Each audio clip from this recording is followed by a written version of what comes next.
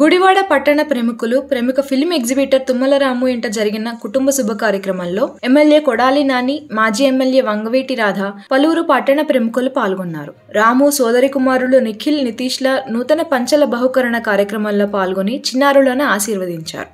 ఎన్నికలు సమీపిస్తున్న వేళ ఇరువురు నేతలు కలిసి ఒకే వేదికను పంచుకోవడం ప్రాధాన్యతను సంతరించుకుంది. కైకలూరు ఎమ్మెల్యే డిఎన్ఆర్ కుమారులు వినయ్ కుమార్, శ్యామ్ కుమార్, వ్యాపారవేత్త కొడాలి చిన్ని తదితర ప్రముఖులు చిన్నారులు నిఖిల్, నితీష్ కు ఆశీర్వచనాలు అందజేశారు.